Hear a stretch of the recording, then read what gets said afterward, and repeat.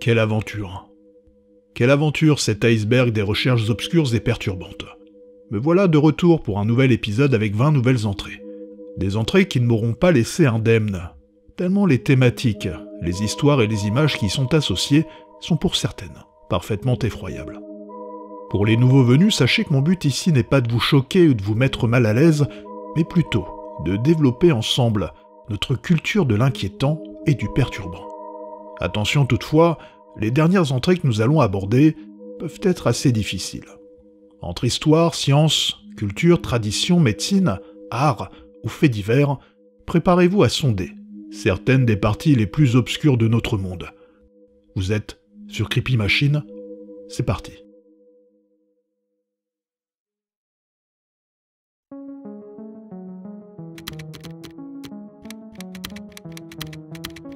She's Still Sleeping. She's Still Sleeping est le nom d'une vidéo tournée et postée sur YouTube en 2016 par un vlogueur nommé Timothy Birmingham. L'histoire associée à cette vidéo est tragique, mais aussi particulièrement triste. Actif depuis presque 14 ans sur la plateforme, Timothy Birmingham poste presque quotidiennement afin de donner son avis sur ce qu'il mange, partager des anecdotes, filmer certaines de ses balades, raconter ce qu'il a prévu de faire dans sa journée. Bref, du vlogging classique, produit par un homme plutôt sympathique, voire attachant, au regard des commentaires bienveillants qu'il reçoit encore aujourd'hui. Seulement, sa vie de mari, d'homme mais aussi de youtubeur, va basculer un jour de 2017. Ce jour-là, le 24 janvier 2017, Timothy Birmingham, qui vit avec sa compagne, Penny, se filme comme à son habitude, dans un vlog, afin de raconter à ses viewers qu'est-ce qu'ils ont prévu de faire de leur journée. Il passe rapidement dans leur chambre et fait alors état de sa grande surprise. En effet, il est presque midi et Penny dort toujours, alors que d'habitude, elle est déjà levée, installée devant son ordinateur ou en train de faire autre chose. Ouais, vous l'avez sans doute déjà compris. Pendant presque 10 minutes, Timothy va nous dérouler son programme de la journée, attendant tranquillement, innocemment que sa compagne se lève. Seulement, Penny Birmingham ne dormait pas. Non, elle était en fait décédée durant la nuit précédant la prise de la vidéo, et ça, ni Timothy ni sa communauté qui regardait sa vidéo ne le savaient encore. Il informera rapidement dans un nouveau vlog ses viewers de la tragique nouvelle. Il dira l'avoir entendu tousser, et encore tousser cette nuit-là, mais il n'avait pas saisi ce qui se passait. Il admettra se sentir terriblement mal parce qu'il pensait qu'il aurait pu peut-être la sauver. Visiblement, sa compagne luttait contre un cancer du col de l'utérus depuis 2006. D'abord en rémission, la tumeur était réapparue 5 ans plus tard. Cependant, une polémique a commencé à enfler lorsque les internautes ont constaté qu'il n'avait pas retiré la vidéo où il avait filmé le corps de sa femme. Pensant lui rendre hommage en la laissant, il a malgré tout dû la supprimer sous la pression. Timothy Birmingham a ensuite continué ses vlogs en postant de temps en temps des vidéos hommages de sa femme. Seulement, il a ensuite été harcelé par des internautes, voire diffamé, par rapport à la manière dont il gérait son deuil, ou même sur sa vie, de manière plus globale. En situation de handicap et vivant avec une pension d'invalidité, il a été accusé en ligne par des personnes d'être un profiteur. Il sera défendu ensuite par sa communauté et des membres du forum Reddit. Bref, She's Still Sleeping est une histoire plus déprimante que choquante, et elle a suscité en moi une vraie dissonance. En effet, ce décalage entre les images que l'on voit et la réalité terrible qui ne s'est pas encore exprimée est quelque chose, je trouve, de particulièrement perturbant.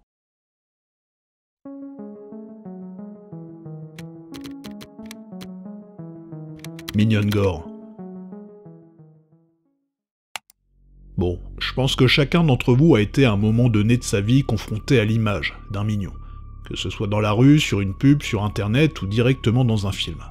En effet, ces fameuses petites créatures jaunes issues de la série des films Moi moche et méchant sont devenues de véritables icônes et sont rapidement entrées dans la culture populaire. Vous devez sans doute vous demander ce que cette histoire de mignon vient faire dans une vidéo comme celle-ci. Eh bien, lorsque l'on met des outils tels que les IA génératives de la société Runway entre les mains de personnes pas forcément bienveillantes, et qu'elles décident de les associer à l'image des mignons, on obtient une tendance très malsaine et potentiellement dangereuse en particulier pour les enfants. Cette tendance se nomme Minion Gore ou Vidéo Minion Gore AI. Elle a explosé sur les réseaux sociaux à la mi-décembre 2024. Le concept consiste à générer par IA des images de mignons à partir de vidéos le plus souvent atroces. Des exécutions, des personnes qui se retirent la vie, des scènes de guerre, des tueries de masse en passant par des fusillades de cartels. Rien ne nous est épargné. Le problème, c'est que ces vidéos balancées par des trolls viennent défier les algorithmes de modération des réseaux tels que TikTok, en les rendant inopérants. Car en effet, par nature, elles sont extrêmement difficiles à repérer et à bloquer de façon automatique. Me concernant, après avoir regardé un certain nombre de vidéos qui ne sont d'ailleurs pas si nombreuses, car elles tiennent difficilement le choc des signalements, ce mélange complètement erratique de mignons incrustés sur ces vidéos les rendent le plus souvent parfaitement illisibles. Et si on ne sait pas qu'on est censé regarder quelque chose de dérangeant, on ne s'en rendra pas toujours compte. Finalement, c'est plus le fait de devoir deviner les scènes, les interpréter et se les représenter qui vont nous amener, dans ce contexte, à sans doute s'imaginer le pire. D'ailleurs, la plupart du temps, les spectateurs viendront questionner le contexte de la vidéo par curiosité dans les commentaires, et à chaque fois, personne ne sera vraiment capable de se mettre d'accord sur le fait que nous sommes face à une vidéo gore ou pas. Certains l'ont bien compris et surfent sur la tendance, en postant des liens parfois minés dans les commentaires censés vous rediriger vers la vidéo gore originale. Cependant, là où je tempérerai quand même mes propos, et là où je vous conseillerais d'être vigilant, c'est que dans certaines vidéos, et notamment les premières à être sorties à la mi-décembre 2024, on comprend malheureusement très bien ce qui se passe. Et c'est encore plus le cas quand les vidéos sont accompagnées du son original. Et parfois, entre les cris ou les coups de feu, l'horreur est alors parfaitement explicite, et à même de choquer n'importe qui, et encore plus des enfants. Il m'est d'ailleurs arrivé de reconnaître une ou deux vidéos parfaitement effroyables que j'avais déjà vues par le passé, en version originale. J'ai pu également constater que ces mêmes vidéos avaient parfois un habillage différent de type Père Noël ou pingouin. Bref, avec l'IA générative, vous et moi savons que la boîte de Pandore est ouverte, et même si la traîne de des mignons est déjà en train de s'éteindre, de nouvelles tendances, tout aussi malsaines, seront de nouveau produites par ces trolls nihilistes, aussi bien par jeu que par défi.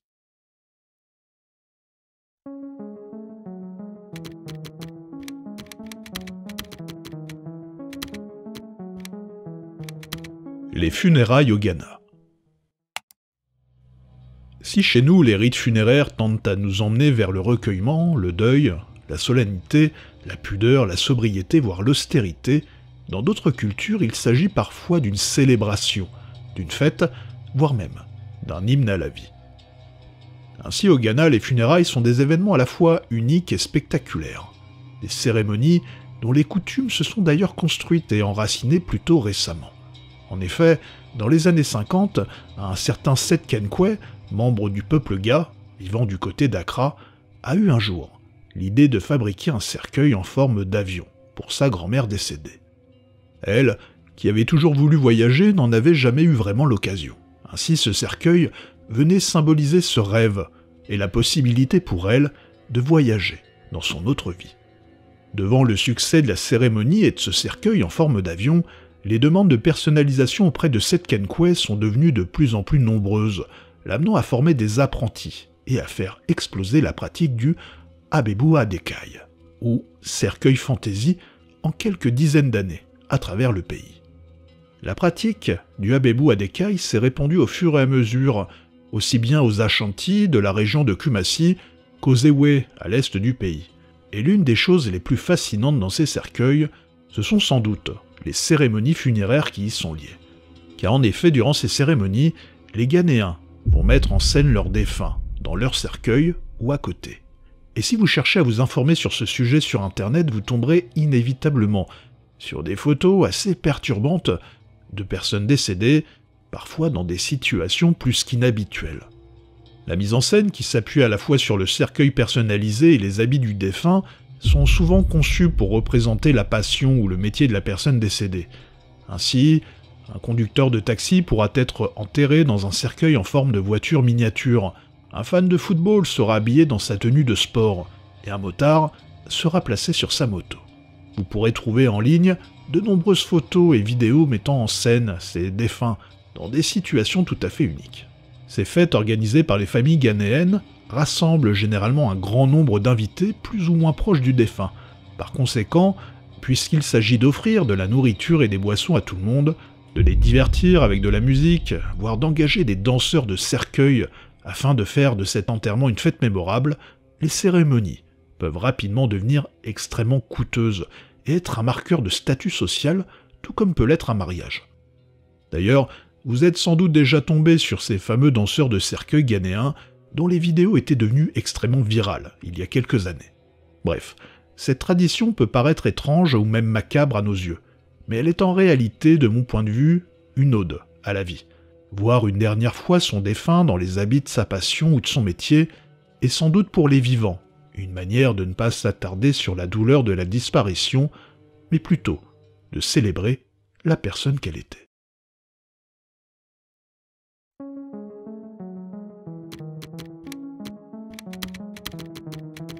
Life Before Death. Le projet Life Before Death est une série photographique profondément perturbante. Si vous êtes sujette à des angoisses liées à la mort ou aux questions existentielles, il est sans doute préférable de ne pas vous intéresser à cette œuvre. Réalisée par le photographe allemand Walter Schels et sa femme Bitla Kota, Life Before Death présente des portraits de personnes en fin de vie, capturées avant et juste après leur décès, dans des établissements de soins palliatifs.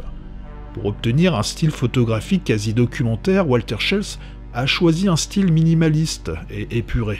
Il souhaitait également que les portraits des personnes décédées soient aussi beaux que ceux pris lorsqu'elles étaient encore vivantes.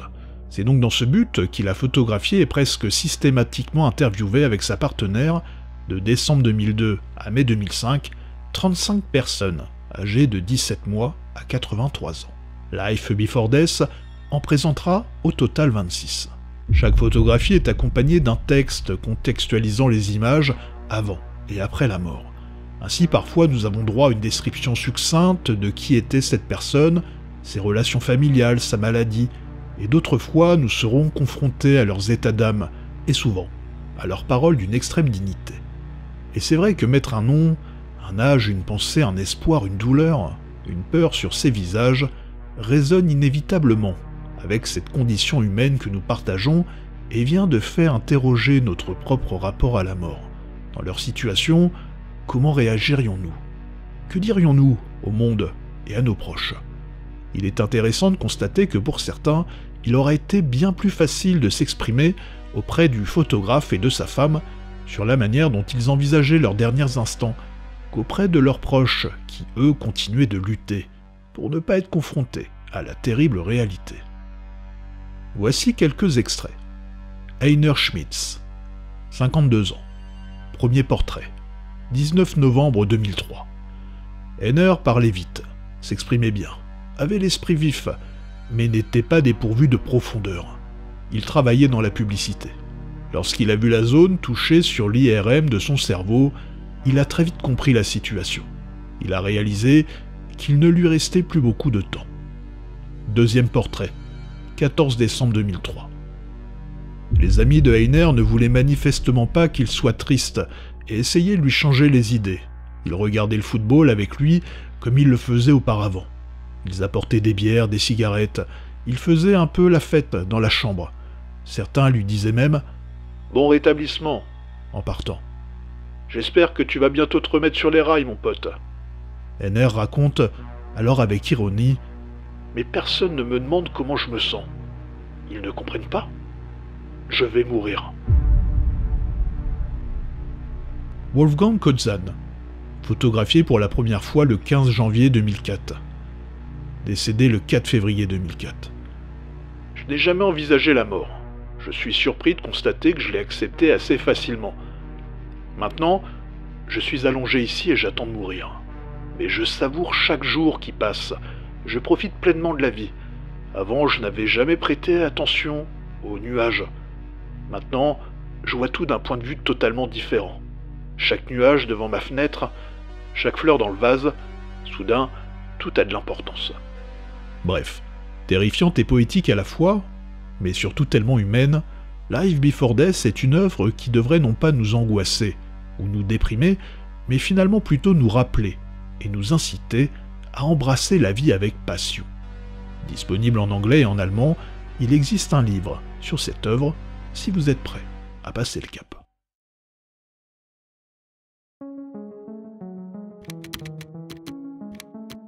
Crossed.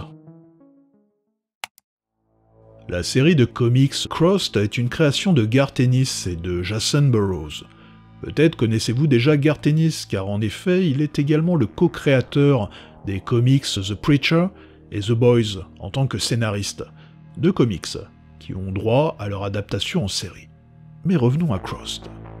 Crossed est une série de comics que j'ai découvert il y a une dizaine d'années, et qui à l'époque m'avait vraiment troublé, tant elle s'inscrit dans une forme de jusqu'au-boutisme dans l'horreur, et dans un profond nihilisme, aussi bien dans ses dessins que dans ses histoires. Il va d'ailleurs être assez difficile de vous montrer des couvertures ou des planches telles quelles, même si certaines mériteraient le détour. Pour situer un peu les choses, je vais plutôt m'attarder sur le premier tome, qui est vraiment le plus soft et le plus classique, au regard du reste de la série. On y suit un groupe de survivants qui tentent de s'échapper d'une pandémie qui transforme les infectés en Crossed.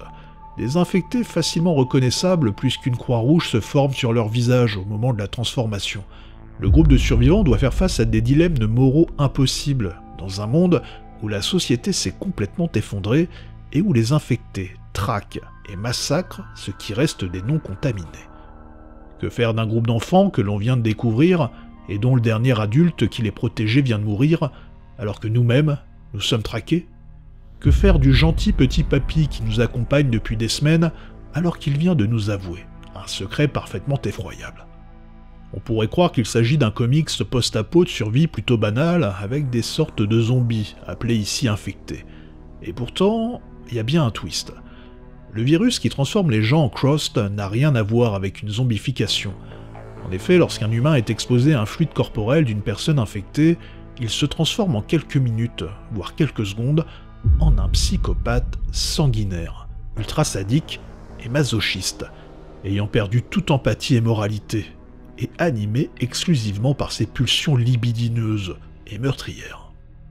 Imaginez une armée d'humains vociférant des menaces de mort et de sévices, à qui on aurait retiré toute morale, toute réflexion, tout contrôle d'eux-mêmes, et qui pourraient assouvir tous leurs fantasmes et tous leurs désirs les plus tordus, et ce, sans aucune limite. La douleur et la mort devenant ainsi des objets de jouissance ultime. Nous y voilà. Là où Crossed est vraiment dérangeant, c'est que l'exploration de ces pulsions et de cette noirceur est dépeinte aussi bien dans des histoires que dans des dessins parfaitement atroces. Imaginez la scène de sévices ou de meurtres les plus abjects qui existent, impliquant n'importe quel être vivant d'une même famille ou non, eh bien dites-vous que c'est dans Crossed, mais en pire. Et pour couronner le tout, l'œuvre est d'un pessimiste et d'un désespoir assez terrible. Tout est pourri dans ce monde, il n'existe plus aucun tabou. Et comme vous vous en doutez, les humains non infectés sont parfois tout aussi immoraux. Bref, les deux premiers tomes restent assez accessibles si vous êtes un peu impressionnable. Cependant, à partir de Crossed Family Values et de Crossed Psychopathe, les histoires de survie passent vraiment un cap, dans le grotesque, la folie et l'insoutenable. Et je vous conseillerais donc de bien vous renseigner avant de vous y plonger. Et dernière chose, une adaptation en film est visiblement prévue par Rob Jabaz, le réalisateur de The Sadness. Un film qui est ce qu'il y a de plus proche de ce que pourrait être Crossed au cinéma.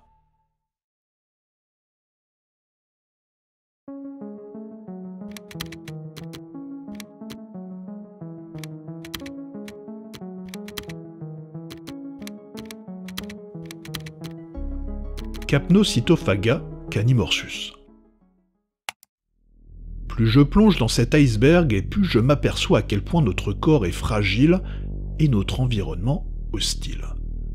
Ouais, même dans la chaleur de notre maison entourée de notre famille et de notre fidèle chien, nous ne sommes définitivement pas à l'abri que notre vie bascule un jour, à cause d'un geste parfaitement ordinaire. 27 juin 2018. Greg Montefell, 48 ans, un Américain, habitant dans le Wisconsin, commence à se sentir mal et à avoir des nausées. Le lendemain, sa température ne fait qu'augmenter. Il est au plus mal. Affaibli et victime de maux de tête, la fièvre commence à complètement le faire délirer et à lui provoquer des hallucinations. Dawn Montefell, son épouse, comprend qu'il ne s'agit sans doute pas d'une simple grippe et elle le conduit à l'hôpital. À son arrivée, on découvre que son mari est couvert d'ecchymoses, des traces qui sont apparues en chemin. Rapidement, son état se détériore et les médecins découvrent, après avoir mis son sang en culture, qu'il souffre d'une infection rare causée par la bactérie Capnocytophaga canimorsus. Cette bactérie est généralement présente dans la flore buccale de la grande majorité de nos chiens et de nos chats. D'ordinaire, la bactérie ne pose pas de problème pour la très grande majorité des humains.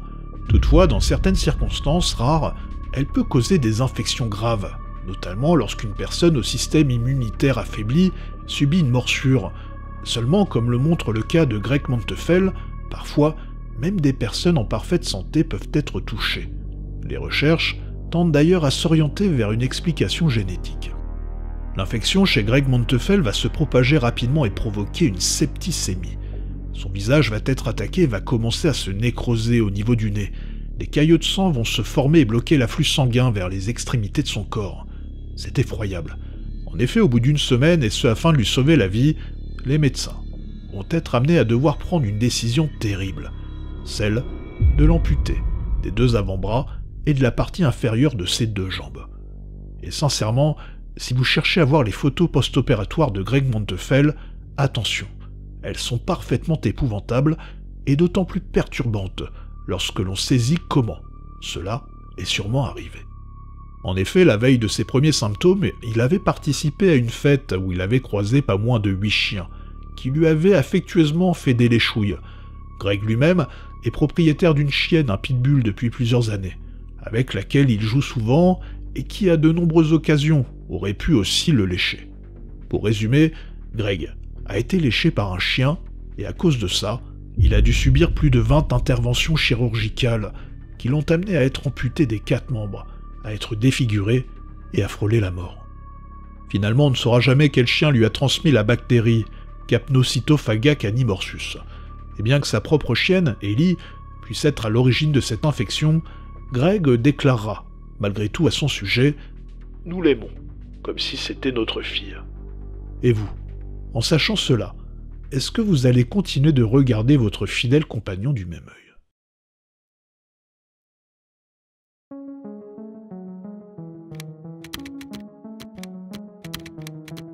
Bill Made.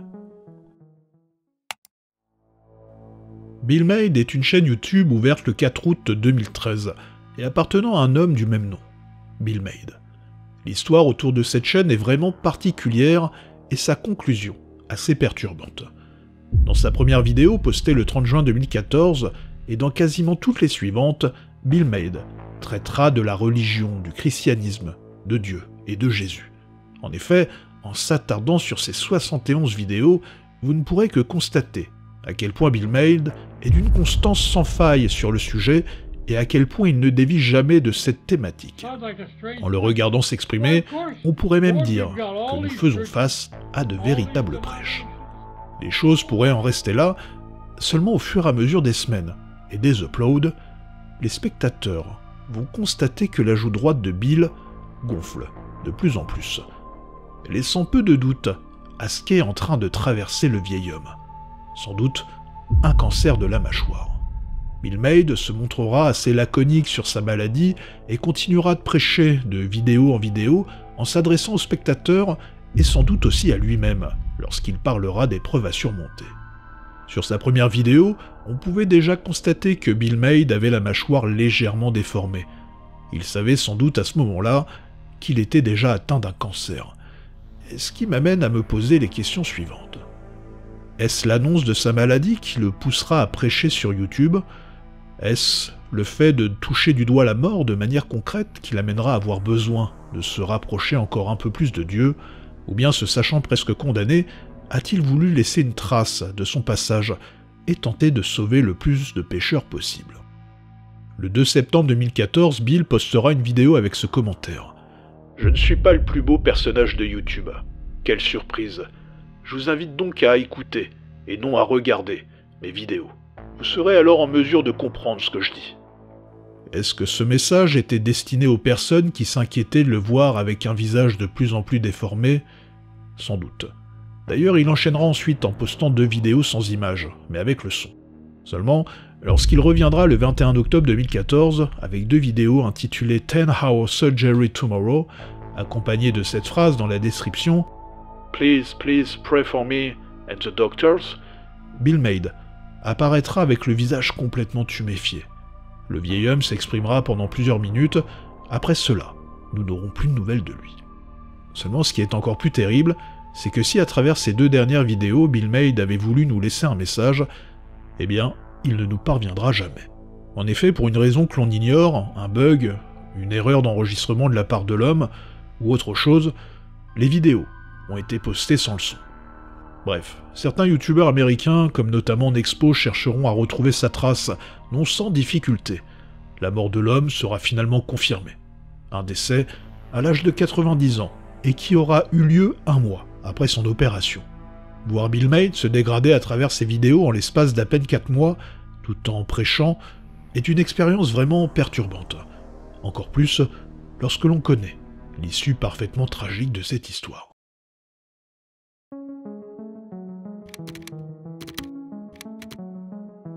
Thaipusam.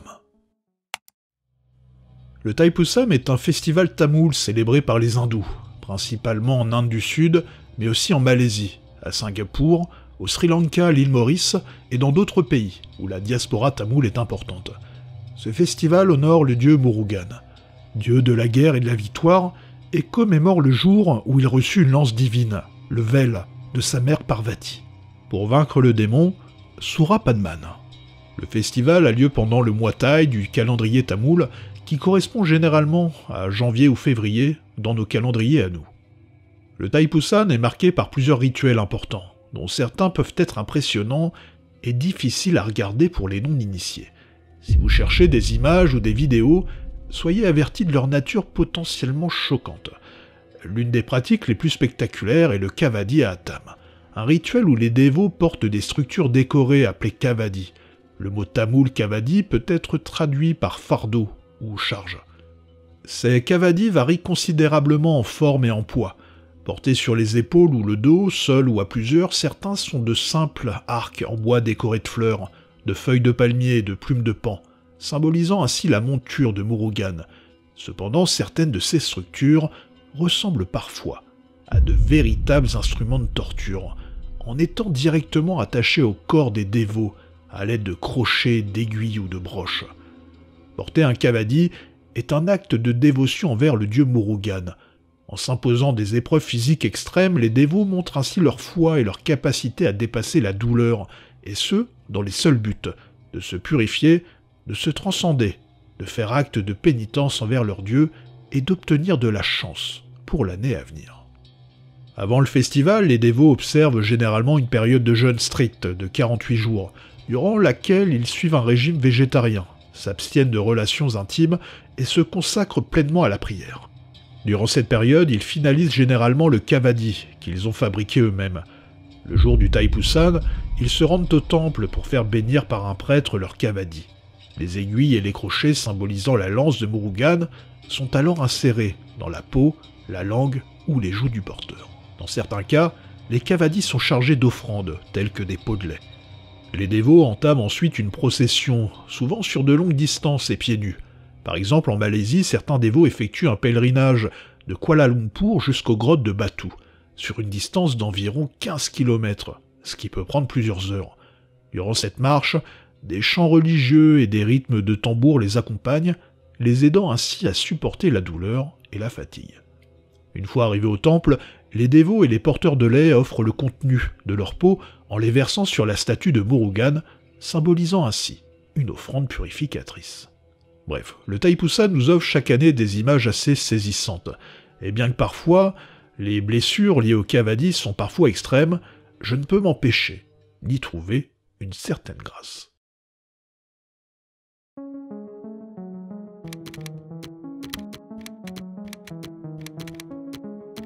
Le syndrome de réponse. Le syndrome de réponse est un trouble médical rare, dont le nom vient du conte de fées racontant l'histoire de la fameuse princesse aux cheveux longs. Au regard de cela, on pourrait se dire qu'il s'agit sans doute de quelque chose de plutôt sympathique. Eh bien, détrompez-vous. Car plus j'ai tenté d'approfondir la question, et plus j'ai été confronté à des histoires et des images effroyables. Le syndrome de réponse se manifeste généralement chez des personnes atteintes de trichotillomanie, une maladie classée dans les troubles obsessionnels compulsifs. Ainsi, pour gérer leur anxiété et la soulager, les personnes atteintes de trichotillomanie vont se tirer les cheveux ou les sourcils jusqu'à se les arracher. Comme vous l'imaginez, ce trouble psychique est extrêmement difficile à contrôler et crée une image de soi souvent dégradée, à cause des trous créés dans la chevelure. Cependant, cet état ne suffit pas pour être victime du syndrome de réponse. En effet, il faut également être atteint de trichophagie, c'est-à-dire qu'en plus de s'arracher les cheveux, la personne va aussi les manger. Les ingestions répétées mois après mois, voire année après année, vont créer dans l'estomac ce que l'on appelle un trichobézoar, une sorte de masse compacte de cheveux emmêlés, souvent mélangés à des résidus alimentaires et de mucus. Et oui, attention, si vous décidez de regarder à quoi ça ressemble sur Google, c'est vraiment impressionnant. D'ailleurs, nos amis à quatre pattes peuvent être aussi concernés par les trichobézoars. Les symptômes peuvent inclure des douleurs abdominales, des nausées, des vomissements, une perte de poids, et dans les cas les plus graves, une occlusion intestinale, une perforation gastrique ou même une pancréatite. Dans le cas du syndrome de réponse, le trichobézoar ne va pas rester seulement dans l'estomac, mais il va continuer de se développer en parcourant l'intestin grêle, telle une longue chevelure comme celle de réponse. Vous comprenez donc maintenant pourquoi ce syndrome porte ce nom. Dans le cas d'un syndrome de réponse, le seul traitement est l'intervention chirurgicale. À ce propos, j'ai pu lire des articles scientifiques assez effroyables montrant des trichobézoars retirés de l'estomac, pesant parfois un demi-kilo et mesurant plusieurs dizaines de centimètres. La bonne nouvelle, c'est qu'en règle générale, ce type d'opération ne comporte pas plus de risques qu'une autre. Seulement, si vous pensez être à l'abri de vous retrouver un jour avec un bézoar à l'intérieur de votre corps, parce que vous n'êtes pas victime d'un trouble du comportement vous amenant à manger vos cheveux, sachez qu'il en existe plusieurs sortes. Par exemple, le phytobézoar, composé de fibres végétales, se forme généralement après une consommation excessive de fruits, de légumes ou de graines. Il existe aussi le pharmacobézoar, qui se forme à partir de médicaments en comprimés ou en capsules, pris sans boire une quantité d'eau suffisante. Bref, le bézoar peut être asymptomatique durant de nombreuses années. Vous ne le savez peut-être pas encore, mais il est possible qu'il y en ait un déjà en train de grandir à l'intérieur de vous. Si vous souhaitez creuser la question des trichobézoars et du syndrome de réponse, je vous invite à consulter l'excellent blog Réalité biomédicale de Marc Gozlan sur lemonde.fr.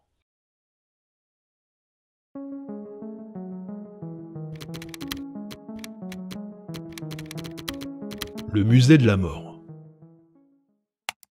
Le musée de la mort est le surnom donné au Siriraj Medical Museum, un musée pour le moins singulier qui se trouve du côté de Bangkok, en Thaïlande. Installé directement au sein de l'hôpital Siriraj, le musée est divisé en plusieurs sections, chacune dédiée à une branche spécifique de la médecine. Et autant vous dire que rien qu'en se référant aux photos disponibles sur Internet, ce musée n'a, je pense, pas volé son surnom, tellement les images sont effroyables. Les trois sections les plus saisissantes sont a priori le Ellis Pathological Museum, le Songkran Yeomsang Forensic Medicine Museum et le Kongdom Anatomical Museum. Dans la première partie du Ellis Pathological Museum, vous allez tout de suite être exposé à des découpes de cœur et d'autres organes atteints de cancer, ainsi qu'à des bébés victimes de malformations, découpés et exposés sous verre. À partir de là, vous serez sans doute suffisamment armé pour enchaîner sur la deuxième partie du musée, le Songkran Yeomsang Forensic Medicine Museum. Et pour illustrer ce que vous risquez d'y trouver, j'ai choisi de vous citer cet extrait du site Théo Courant, qui ont pu réaliser une visite du musée. Ce n'est pas tant la mise en scène de charniers qui sont les plus dérangeants, notamment la reconstitution du tsunami de 2004, non. C'est plutôt l'accumulation des parties de corps dans des flacons de formol, contenant embryons, fœtus, enfants mal formés, bras tatoués ou pas, pieds, jambes, mains, cœur atrophié, poumons atteints de cancer, etc., sans oublier les crânes ayant reçu un choc frontal, ou brûlés ou fracturés par une balle. Oui, en effet ça donne le ton. Seulement, a priori ce n'est pas tout, car visiblement vous pourrez aussi retrouver dans cette section les momies de différents serial killers et notamment celle de Seaway, un tueur en série qui a assassiné et mangé une trentaine d'enfants dans les années 50 avant d'être exécuté. Si le cœur vous en dit, il restera également une dernière section, le Kongdong Anatomical Museum, où vous pourrez retrouver plus de 2000 organes exposés, disséqués et décomposés pour une meilleure compréhension de leur fonctionnement. Vous pourrez aussi voir des systèmes nerveux et artériels complets, particulièrement impressionnants.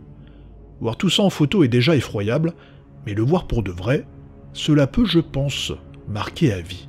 Ce n'est d'ailleurs pas pour rien que certaines parties du musée sont déconseillées aux enfants et aux adolescents. Finalement, lorsque l'on se balade dans un tel endroit, y va-t-on vraiment pour la science? Ou sommes-nous finalement habités par une curiosité un peu morbide, nous plaçant dans une position quelque peu voyeuriste? Peut-être que la réponse se trouve un peu entre les deux.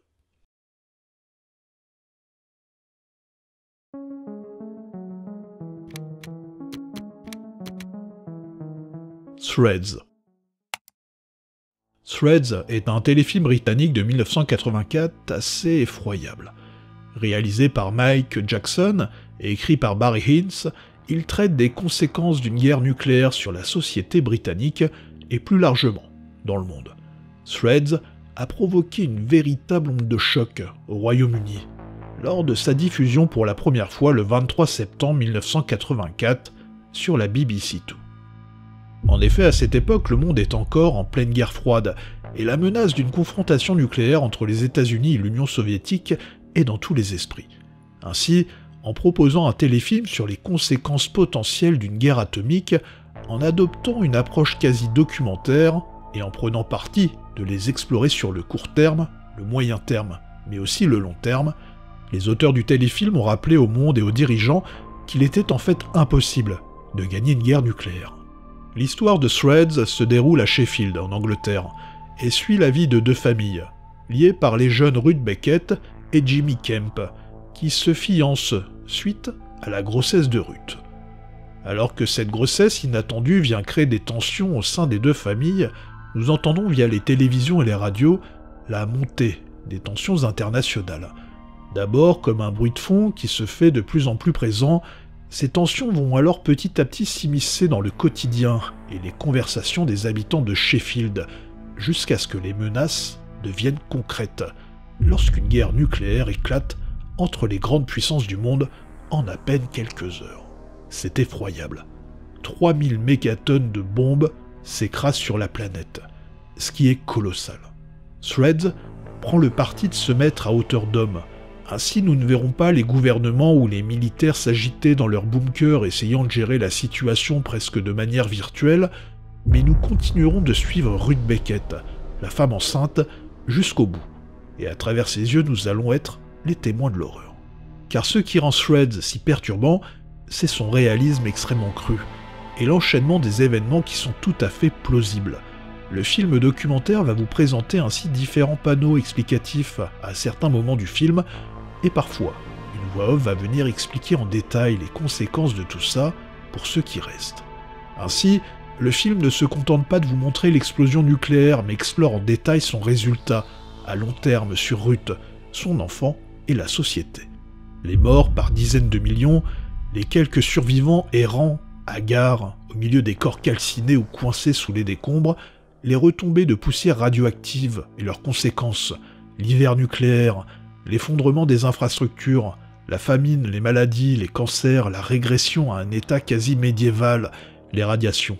Les scènes de violence et de souffrance sont épouvantables et pourtant présentées, sans aucun sensationnalisme. Bref, bien qu'il commence à dater, Threads demeure toujours un film éprouvant et difficile à regarder, mais extrêmement prenant.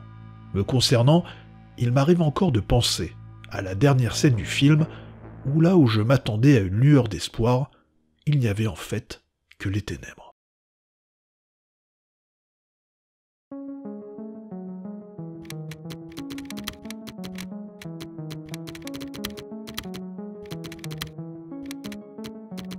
La réincarnation de Saint Orlan. Orlan, de son vrai nom Mireille Suzanne Francette Porte, née le 30 mai 1947 à Saint-Étienne, est une artiste contemporaine française qui a marqué l'histoire de l'art par ses œuvres plutôt provocatrices, voire extrêmement subversives. Orlan utilise pour s'exprimer encore aujourd'hui divers médiums tels que la peinture, la sculpture, la photographie, la vidéo, les biotechnologies, l'art corporel et même dorénavant l'IA.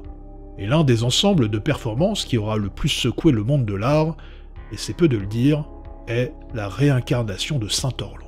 Ainsi, entre 1990 et 1993, Orlan va réaliser une performance effroyable en subissant une série de 7 opérations chirurgicales, toutes filmées, et parfois même diffusées en direct à un public international. Seulement, là où ces opérations de chirurgie esthétique auraient dû se faire via une anesthésie générale, Orlan a décidé, elle, de les réaliser sous anesthésie locale, ce qui lui permettra durant les interventions de rester consciente, et de par exemple lire des textes, et même d'être interviewée par le public. Elle subira entre autres une chirurgie des lèvres pour les gonfler, une chirurgie des yeux pour en changer la forme, une chirurgie du nez, des poses d'implants sur le visage, un lifting, et j'en passe. Et là, attention, car un certain nombre de vidéos de ces performances sont disponibles directement sur le site d'Orlan et également sur YouTube. Et pour en avoir vu quelques-unes, certaines sont vraiment très difficiles à regarder.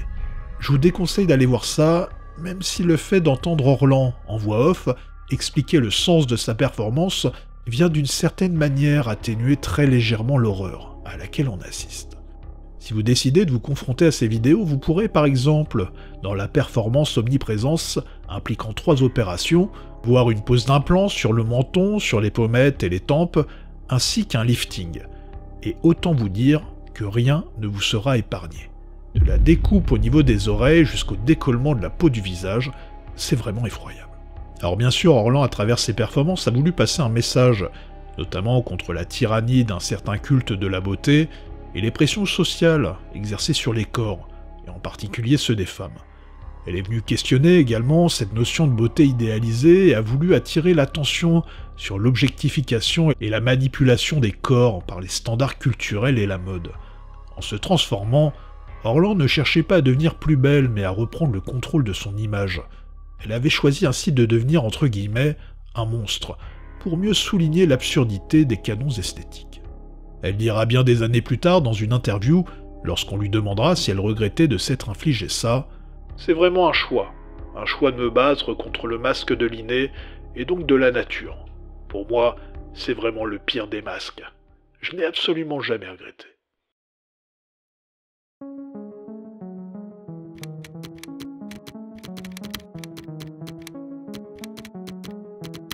Les orphelins de Ceausescu. Le dictateur Nicolae Ceausescu et son épouse Elena ont dirigé la Roumanie, de 1965 à 1989, d'une main de fer. Leur régime communiste, qui s'inspirait du stalinisme, conduira la population roumaine à vivre un véritable enfer. Devant le taux de natalité en berne du pays, Nicolae Ceausescu va prendre un certain nombre de mesures radicales. En voici quelques-unes. Interdiction de l'avortement en dehors de certains cas extrêmement stricts, aide financière spéciale pour les familles avec 5 enfants, taxes et amendes pour les femmes sans enfants après 25 ans, examen gynécologique obligatoire et régulier pour les femmes en âge de procréer, répression des femmes sous contraceptif. Alors que le taux de natalité était à l'origine de 1,9 enfants par femme, ces mesures le feront passer à 4,1 dans les années 70. Seulement cette politique nataliste agressive, retenez bien ça, conduira aussi à une augmentation des abandons d'enfants en institution. En effet, les conséquences sociales et économiques de la politique de Ceausescu, en particulier à partir des années 80, conduiront le peuple roumain vers l'épuisement, la pauvreté, et progressivement vers une incapacité à élever et à nourrir leurs propres enfants. En décembre 1989, suite à des manifestations massives contre le régime, le couple Ceausescu est arrêté. Nicolae Ceausescu, qui se considérait alors comme le conducator, le guide du pays, et qui entretenait un culte de la personnalité parfaitement malsain, n'a pas pu se cacher derrière la Securitate, la police secrète, ultra répressive, pour se soustraire au jugement du peuple. Le procès est expéditif, sommaire, et se déroule en quelques heures seulement. Le couple est reconnu coupable de génocide, de corruption et d'une multitude d'autres crimes. Ils sont fusillés le 25 décembre 1989 dans la foulée de leur procès. La vidéo de leur exécution sera largement diffusée et comme vous vous en doutez, je vous déconseille clairement d'aller voir ça. Elle montre Nicolae et Elena Ceausescu menottés et alignés contre un mur, puis abattus par un peloton d'exécution. Cette vidéo est d'une violence extrême, mais elle témoigne aussi de la haine que les Roumains éprouvaient alors envers ce couple de dictateurs. Et si je vous parle de tout ça, c'est parce que c'est à partir de cet événement que la Roumanie s'est ouverte aux associations humanitaires et que le monde a découvert à travers les écrans de télévision les conséquences effroyables de la politique nataliste menée par Ceausescu. L'horreur des orphelinats roumains a éclaté au grand jour, révélant au monde entier des images effroyables de milliers et de milliers d'enfants vivant dans des conditions irréelles. Voici un extrait d'un article de Sarah Bidlowski, intitulé « Les enfants des pouponnières roumaines et la question traumatique », qui décrit ce qui sera trouvé. Des enfants au crâne rasé comme des bagnards, parqués comme du bétail humain dans des établissements aux sanitaires inutilisables, dormant souvent à 3 ou 4 dans le même lit, baignant dans leurs excréments, soumis à des cris et des violences, livrés à eux-mêmes, isolés, hébétés, se balançant d'avant en arrière. Des enfants squelettiques parfois difformes, membres atrophiés, crâne aplati, d'avoir grandi sans jamais sortir de leur lit, débiles ou fous, de n'avoir jamais été investis. Des enfants qui n'ont rien à eux, gardés au bâton par des paysans qui ne connaissent même pas leur prénom, ignorent combien d'enfants sont sous leur responsabilité, en perdent sans s'en rendre compte, se contentent de les nourrir de pain trempé dans de l'eau grasse, de les rassembler pour la nuit dans des dortoirs sans chauffage, à l'odeur pestilentielle, des haillons entassés dans un coin, de les asperger d'eau froide à tour de rôle dans un désordre indescriptible, des enfants qui meurent, anonymes, comme meurent des bêtes dans l'indifférence générale. Si vous décidez d'aller plus profondément dans ce morceau d'histoire, attendez-vous à voir des images et à lire des histoires et des témoignages parfaitement atroces. Et pour une fois, même si c'est dur, je vous conseille d'aller voir ça, afin que l'histoire de ces enfants ne tombe pas dans l'oubli.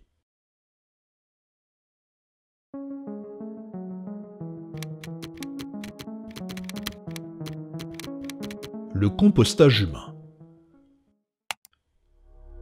Est-ce que vous êtes déjà demandé ce que vous souhaitiez qu'on fasse de votre corps après votre mort? Une inhumation, une crémation, une aquamation, ou autre chose? Ou bien peut-être que le sujet vous angoisse trop pour vous laisser l'opportunité d'y penser.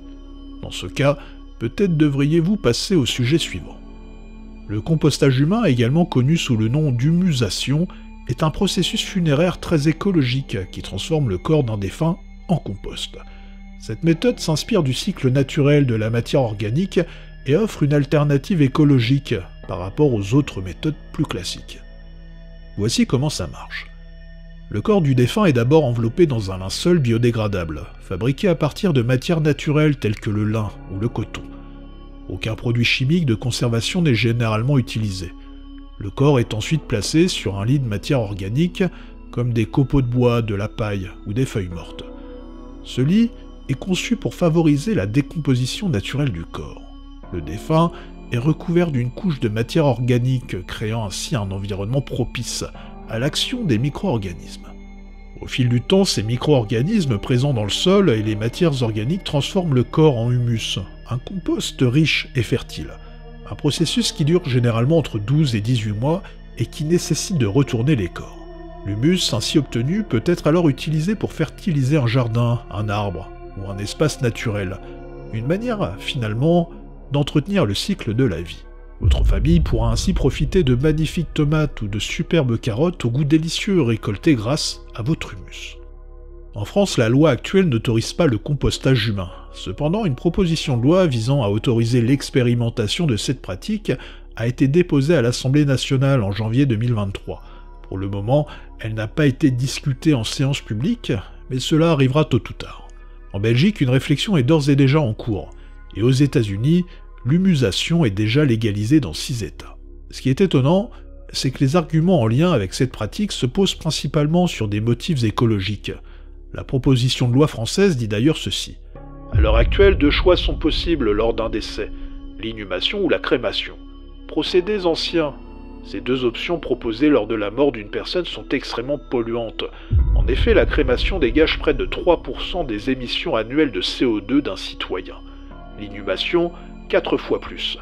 Elle nécessite un cercueil, son entretien, ainsi que la préservation du corps avec des produits polluants comme le formol. Pourtant, l'avenir du compostage humain se pose selon moi aussi sur une dimension spirituelle. Comme déjà indiqué, cette pratique s'inscrit dans une forme de retour à la nature et de la perpétuation du cycle de la vie. Mais pour les vivants, je trouve qu'elle peut avoir une portée encore plus symbolique qu'une urne remplie de cendres ou d'un cercueil qu'on mettrait au fond d'un trou. En effet, placer le humus de la personne qu'on aime au pied d'un jeune arbre pour le voir grandir et devenir fort, c'est donner, je trouve, une forme de grâce à la mort. Et sans aller jusqu'à la danse de forêt pour ceux qui ont la référence, serrer dans les bras cet arbre qui aurait grandi d'année en année serait, je trouve, une manière de toujours ressentir physiquement notre disparu. Une sensation qui pourrait chez certains d'entre nous leur apporter une forme de réconfort.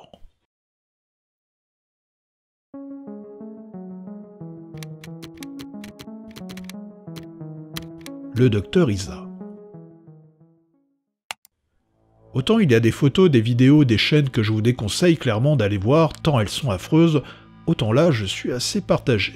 Car en effet, il y a ici je trouve un vrai intérêt pédagogique, pour peu que vous ayez l'estomac bien accroché. Le docteur Isa est un médecin spécialisé en anatomopathologie. À côté de ça, il semble avoir une passion toute particulière pour la course à pied, et plus spécialement pour le marathon. En effet, il a terminé 5e au Marathon des Sables de 2023, une course à pied de 250 km dans le désert du Sahara qui se réalise en 6 étapes.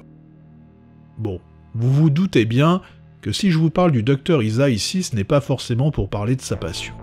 Car en effet, présent aussi bien sur Instagram, YouTube et TikTok, Dr Isa, entre 2 vidéos sur le thème de la course à pied, va nous parler de son travail de médecin spécialisé en anatomopathologie, et nous le faire découvrir de manière assez radicale. Et c'est là qu'il est important de savoir où vous mettez les pieds, car ce que je ne vous ai pas précisé, c'est en quoi consistait sa spécialité.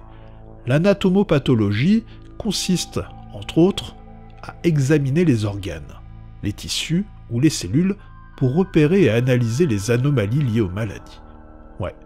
Le docteur Isa, à travers ses vidéos postées sur les réseaux sociaux, va disséquer des organes, les manipuler avec les doigts, les presser, les palper, les écarter, dans le seul but pédagogique de nous expliquer ce que nous sommes en train de regarder. Ainsi vous verrez des reins rongés par le cancer, des appendices ayant conduit à des péritonites, des testicules tuméfiés, des estomacs, des vésicules biliaires, mais aussi des morceaux de pénis dans lesquels le patient s'est injecté de la vaseline ou du silicone, et à l'intérieur duquel le docteur Isa va retrouver une mystérieuse bille en plastique. Un cas mystérieux que vous pourrez retrouver sur YouTube, dans une double vidéo plutôt intéressante. D'ailleurs, je regrette que le docteur Isa ait fait le choix de plutôt développer son contenu dans des formats plus courts, comme sur Instagram ou TikTok. Cependant, au regard de son nombre d'abonnés, on ne peut pas lui en vouloir. Peut-être, vous souvenez-vous, lors d'une précédente vidéo, nous avions abordé la question des tératomes, ces sortes de tumeurs que l'on pouvait retrouver notamment dans les ovaires, et qui étaient constituées de cheveux et parfois de dents. Et bien sur la chaîne du docteur Isa, vous aurez l'opportunité d'en voir un certain nombre, manipulés, disséqués, mais surtout accompagnés de l'explication d'un médecin.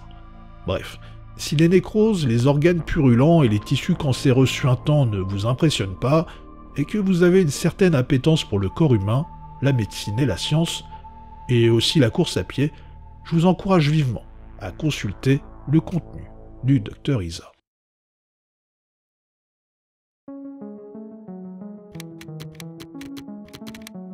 Gore Animation.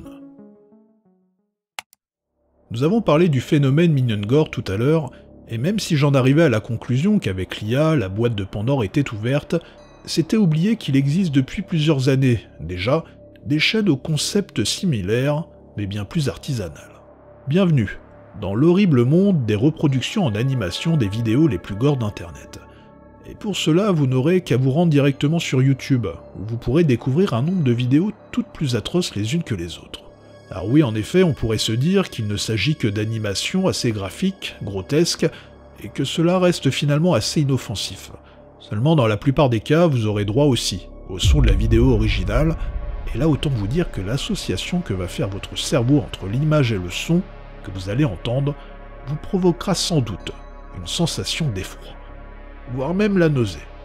Les animations et les dessins sont pour certains extrêmement simples, mais aussi extrêmement fidèles, ce qui finalement n'enlève rien à l'impact des vidéos originales. Et s'imaginer que quelque chose comme cela est arrivé, qu'on l'a filmé, rajoute encore un peu plus au sentiment de malaise qui peut nous traverser en regardant ça. Il existe plusieurs chaînes qui ont décidé de se lancer sur cette thématique il y a déjà plusieurs années, avec plus ou moins de succès. Ainsi, les animations de vidéos d'exécution de cartels ont un certain succès. D'ailleurs, certaines sont tristement devenues célèbres dans la culture populaire d'Internet, et on les reconnaît à leurs titres pas toujours évocateurs, comme l'atroce Funky Town Gore ou No Mercy in Mexico. Dans les commentaires, vous trouverez aussi parfois des gens qui décriront dans les moindres détails ce que vous êtes censé voir, et qui vous aideront à trouver plus facilement les vidéos originales sur Internet. Car bien évidemment, impossible de poster les liens directement sur YouTube, ce qui est entre nous une excellente chose.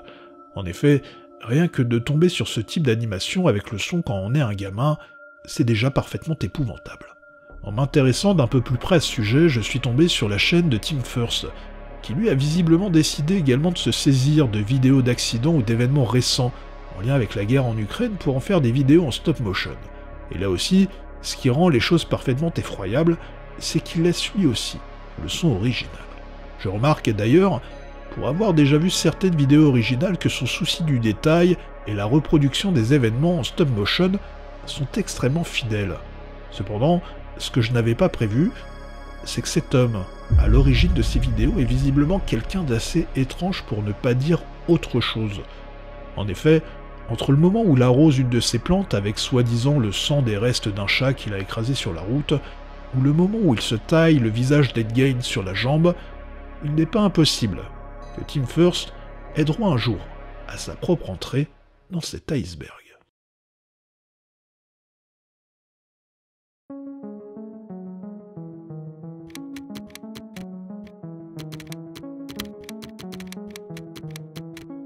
La transplantation de tête.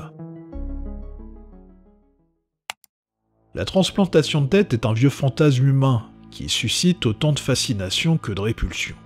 Les premières expériences de transplantation de tête seront produites par le docteur Robert White, neurochirurgien américain. Il réalisera plusieurs transplantations de tête sur une trentaine de singes dans les années 70.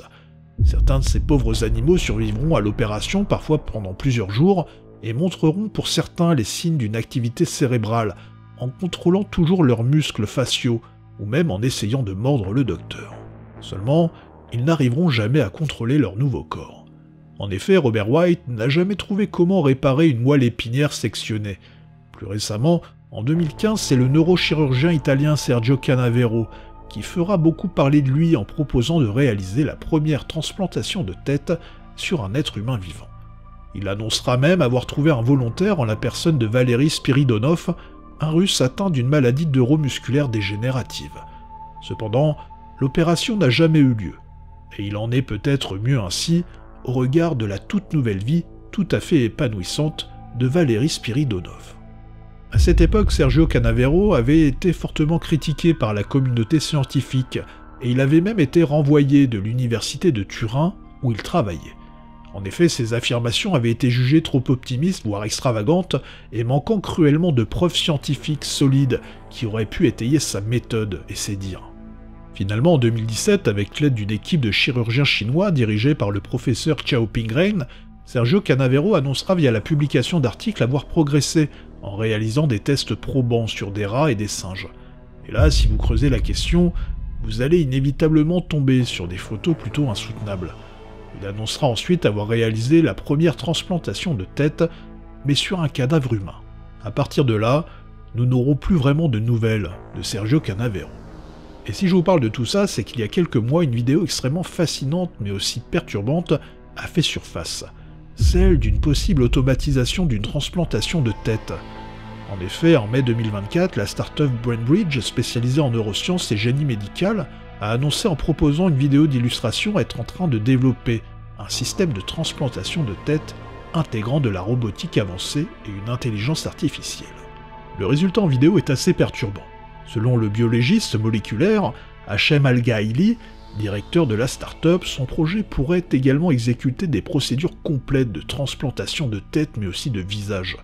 Pour l'heure, il prévoit de constituer son équipe, d'obtenir des études de faisabilité, puis d'ici 8 ans de mener à bien la première transplantation de tête entièrement robotisée et guidée par IA. Bref, vous l'avez compris, ce vieux fantasme humain continue de susciter l'espoir. Seulement, la transplantation de tête va devoir passer d'abord par une révolution qui n'a pas encore eu lieu. En effet, il n'existe actuellement encore aucun traitement pour réparer complètement et de manière définitive une moelle épinière sectionnée.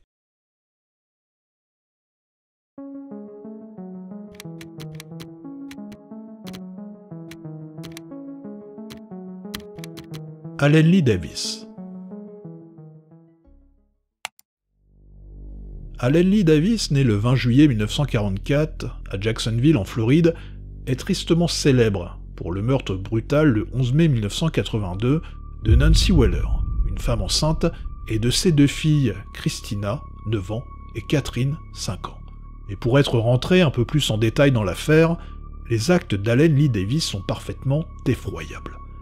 Il ne leur a laissé aucune chance, et a fait preuve sur elles d'un acharnement les ayant rendus parfaitement méconnaissables.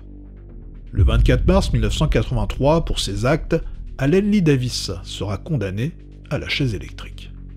Le 8 juillet 1999, au pénitencier de Stark, en Floride, soit 16 ans plus tard, Allen Lee Davis sera installé sur une chaise électrique, surnommée Old Sparky, une chaise conçue et adaptée aux personnes de forte corpulence.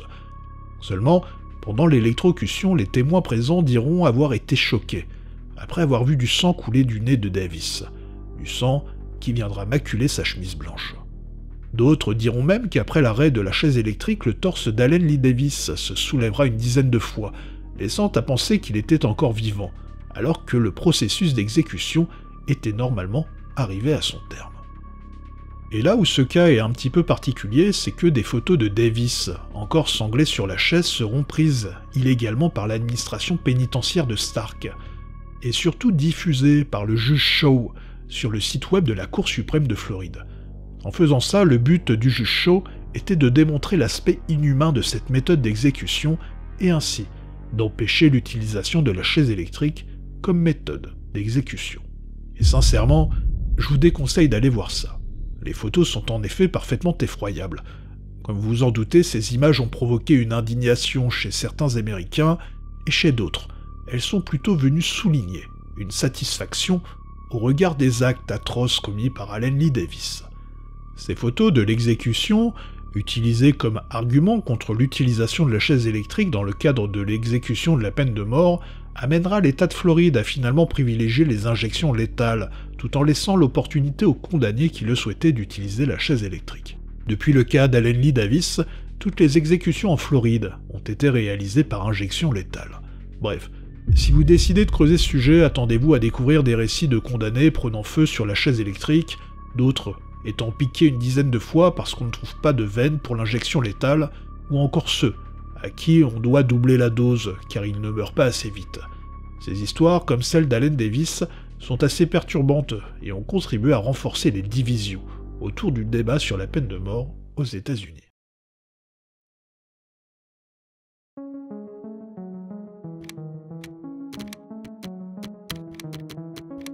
Hospice Nurse July.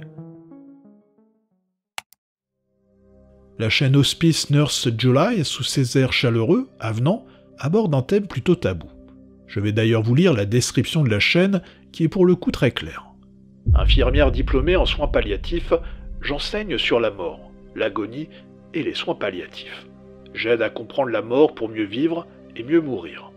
Rejoignez la communauté YouTube de Julie, infirmière en soins palliatifs. Vous l'avez compris. L'objectif de Nurse July est de nous sensibiliser aux soins palliatifs et aux processus liés à la mort, en particulier chez les personnes âgées, le public, auprès duquel l'infirmière intervient. Ainsi, pêle-mêle, elle abordera les sujets de la maladie de Parkinson, d'Alzheimer, et de l'accompagnement des patients. Elle évoquera également les regrets exprimés par certains patients sur leur lit de mort, la manière dont les familles affrontent la fin de vie de leurs proches, ainsi que des réflexions plus générales sur la mort et sur l'absence de crainte qu'elle devrait nous inspirer. Alors en effet, son ton posé et bienveillant, qui s'exprime dans un décor très chaleureux et lumineux, vient sans doute rendre le sujet plus audible pour certaines personnes et permet à l'infirmière Julie de s'affranchir de l'aspect quelque peu sensationnaliste que peut amener ce genre de sujet. Toutefois, il y a quelque chose que je n'avais pas anticipé en allant sur cette chaîne et qui, je vous l'avoue, m'a un peu pris par surprise. En effet, lorsque j'ai cliqué sur un des hashtags récurrents de la chaîne, Actively Dying, ou En train de mourir en français, j'ai découvert un ensemble de vidéos qui ne faisaient pas que raconter la mort, mais aussi qui la montraient. Avec l'accord des patients et de leurs familles, et ce dans un objectif pédagogique, Hospice Nerd July va nous montrer des vidéos de personnes âgées en train de mourir. Elle va parfois faire un focus sur leur aspect physique, certains de leurs gestes, mais aussi s'intéresser plus spécifiquement à des phénomènes liés à une personne en train de mourir, comme par exemple le râle d'agonie. Le râle d'agonie, aussi râle du mourant, est causé par l'accumulation de sécrétions, de mucus, de salive dans les voies respiratoires, au niveau de la trachée et des bronches, lorsque la personne n'est plus capable de les éliminer en toussant ou en avalant. Cette incapacité est due à la faiblesse musculaire et à la diminution des réflexes qui surviennent en fin de vie, et se manifestent généralement quelques heures avant un décès. Et la particularité du râle d'agonie, c'est qu'il a un bruit assez reconnaissable, qui peut être assez impressionnant et qui ressemble à des ronflements. Et là, attention, car pour le coup, avec l'infirmière Julie, vous n'allez pas avoir besoin d'imaginer ce que cela peut donner. Ce qui, je ne vous le cache pas, peut être assez perturbant, mais aussi plutôt rassurant, lorsqu'elle nous explique que la personne ne souffre pas. Bref, la chaîne, sous ses airs de podcast américain ultra formaté, vu et revu sur YouTube, vient en fait toucher du doigt un sujet assez difficile et pourtant essentiel.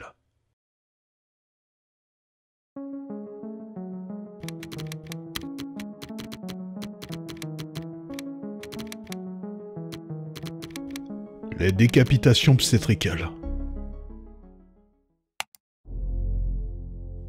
Il y a des mots qu'on imaginerait et surtout qu'on ne voudrait jamais voir ensemble, car en effet, cette association ne pourrait que nous enfoncer dans les ténèbres, d'une réalité que nous n'avons pas forcément envie de connaître. Vous l'avez compris, nous sommes ici en plein dans ce cas de figure.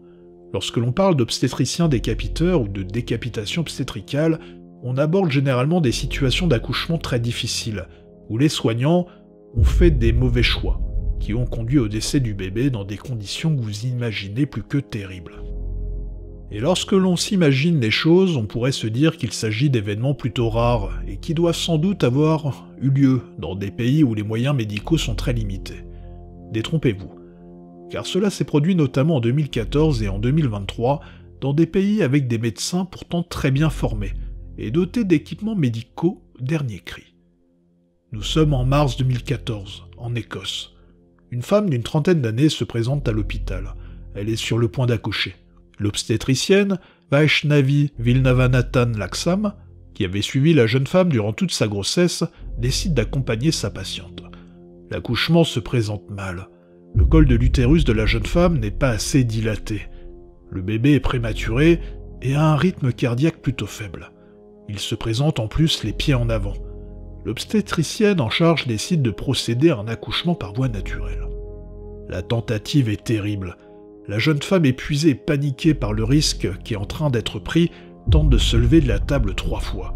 L'équipe autour d'elle va pourtant la rallonger et encourager la jeune femme de 30 ans à pousser, alors que le docteur Laxman tire en même temps sur les jambes du bébé. C'est effroyable.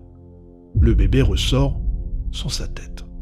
Une césarienne est alors pratiquée par 2 autres médecins pour récupérer les restes de l'enfant, afin que sa mère puisse l'étreindre au moins une fois. Le bébé sera recousu et placé dans ses bras. En 2018, le tribunal jugera que l'enfant avait fait un arrêt cardiaque durant le processus d'accouchement, et que son décès n'était pas la conséquence de cette séparation du corps et de la tête. Toutefois, il conclura qu'au regard de la situation de santé du bébé et de sa position dans le ventre, l'obstétricienne, Dr Laxman, avait été négligente et que son intervention avait été en deçà des normes de prise en charge attendues dans ce genre de situation. En effet, la césarienne aurait dû être la règle. Visiblement, le docteur Laxman, conscient de ses graves erreurs de jugement, sera suspendu provisoirement, mais ne sera pas pour autant radié. Et malheureusement, si on décide de produire des recherches sur le sujet, vous pourrez rencontrer un cas assez similaire qui a eu lieu le 9 juillet 2023 dans un hôpital de Riverdale, dans l'État de Géorgie aux États-Unis, démontrant une fois de plus que ce genre de drame arrive même dans des lieux où on n'imaginerait pas cela possible. Bref, concernant les détails de ces histoires, je vous laisse l'opportunité de les découvrir vous-même, tellement elles sont effroyables. Des situations que l'on ne souhaiterait même pas à son pire ennemi. Et pour être honnête, je ne savais même pas que ce genre de drame était possible.